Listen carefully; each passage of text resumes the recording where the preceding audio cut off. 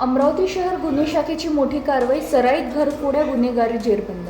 4 गुन्ह्यांचा उलगडा.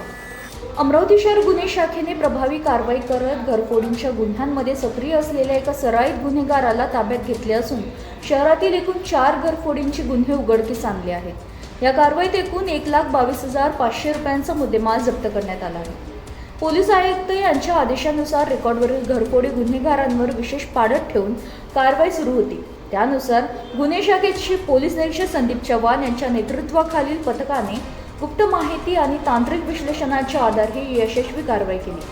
तपासादरम्यान आशिष उर्फ जंगली सापसिंग सागर वय 19 राहणार विलासनगर संविधान चौक अमरावती याला ताब्यात घेण्यात आले. चौकशी दरम्यान आरोपींनी बडनेरा पोलीस स्टेशनमधील एका प्रकरणासह आणखी 3 घरफोडींचे गुन्हे केल्याची कबुली केली.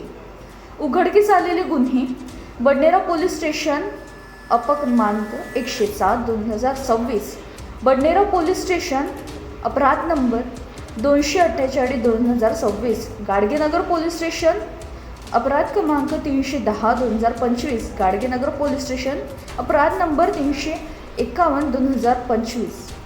या गुन्ह्यांमध्ये चोरीस केलेल्या रोख रक्कम व सोन्याचे दागिने असा एकूण 1,22,500 रुपयांचा मुद्देमाल पोलिसांनी जप्त केला आहे.